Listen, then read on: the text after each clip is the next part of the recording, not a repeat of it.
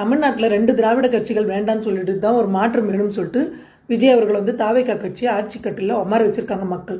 ஆனால் இவர் என்ன பண்ணுறாரு, திமுக என்னென்ன பண்ணுதோ அதே மாதிரி பண்ணணும்னு நினைக்கிறாரு என்ன தோணுது, சந்தேகமாக இருக்குது. ஏன்னா நீட் வந்து திமுக அரசாங்கம் வேண்டாம் சொல்லிச்சு, நீட்டை ரத்து செய்யணும்னு சொல்லிச்சு.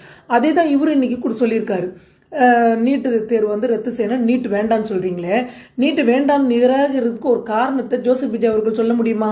இன்னைக்கு ஏழை மாணவர்கள் சரி, கூலி வேலை செய்கிறவங்களோட பிள்ளைகள் கூட சரி, அவங்களுடைய டாக்டர் கனவை நினைவாக்குறது ஒரு இந்த தேர்வு தான் இந்த நீட் தேர்வு. ஒரு மருத்துவத்துறைன்றது என்னங்க, உயிர் காக்குன்ற ஒரு துறை. கண்டிப்பாக தகுதியானவர்கள் தானே அதுக்கு வேணும். நீட் எக்ஸாம்னால தானே தகுதியானவர்கள் தேர்ந்தெடுக்க முடியும், இல்லையா? அதுக்கப்புறம் டொனேஷன், இந்த பிரச்சனை இல்லாமல் இருக்கணும்னா நீட் கண்டிப்பாக வேணும். இது காங்கிரஸ் கொண்டு வந்த திட்டம்.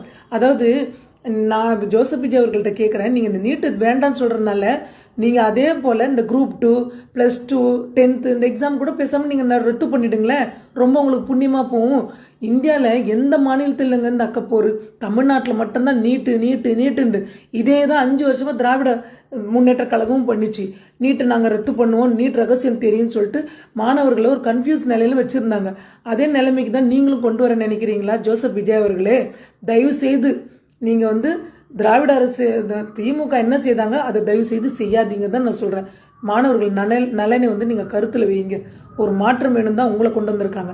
அதே மாதிரி இன்னொரு விஷயம், முதலமைச்சர் அவர்கள்கிட்ட ஒரு ரிக்வெஸ்ட்டு. உங்கள் கட்சியில் முஸ்தபான்னு ஒருத்தர் இருக்கிறார்.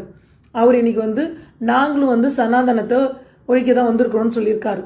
எவ்வளோ தைரியம் தான் அந்த மனுஷன் சொல்ல. நீ ஒரு இஸ்லாமியர், உனக்கும் சனாதனத்துக்கும் என்ன தொடர்பு சொல்லுங்கள்?